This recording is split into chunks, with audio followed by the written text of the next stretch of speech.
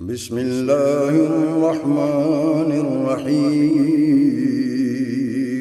شروع اللہ کے نام سے جو بڑا مہربان نہایت رحم والا ہے۔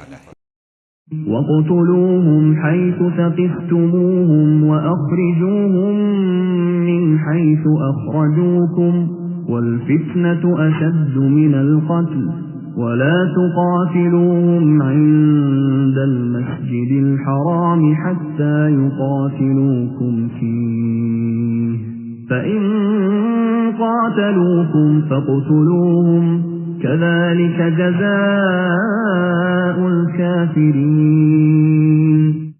انہیں مارو جہاں بھی پاؤ اور انہیں نکالو جہاں سے انہوں نے تمہیں نکالا ہے، اور سنو فتنہ قتل سے زیادہ سخت ہے، اور مسجد حرام کے پاس ان سے لڑائی نہ کرو جب تک کہ یہ خود تم سے نہ لڑیں، اگر یہ تم سے لڑیں تو تم بھی انہیں مارو، کافروں کا بدلہ یہی ہے۔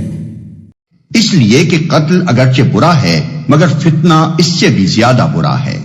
یہاں فتنے کا لفظ اسی معنی میں استعمال ہوا ہے جس میں انگریزی کا لفظ پرسیکیوشن استعمال ہوتا ہے، یعنی کسی گروہ یا کسی شخص کو محض اس بنا پر ظلم و ستم کا نشانہ بنانا کہ اس نے رائج الوقت خیالات و نظریات کی جگہ کچھ دوسرے خیالات و نظریات کو حق پا کر قبول کر لیا ہے، اور وہ تنقید و تبلیغ کے ذریعے سے سوسائٹی کے موجود الوقت نظام میں اصلاح کی کوشش کرتا ہے۔ آیت کا منشا یہ ہے کہ بلا شبہ انسانی خون بہانا بہت برا فعل ہے، لیکن جب کوئی انسانی گروہ زبردستی اپنا فکری استبداد دوسروں پر مسلط کرے اور لوگوں کو قبول حق سے بجبر روکے اور اصلاح و تغیر کی جائز و معقول کوششوں کا مقابلہ دلائل سے کرنے کے بجائے حیوانی طاقت سے کرنے لگے تو وہ قتل کی بنسبت زیادہ سخت برائی کا ارتکاب کرتا ہے، اور ایسے گروہ کو بزور شمشیر ہٹا دینا بالکل جائز ہے۔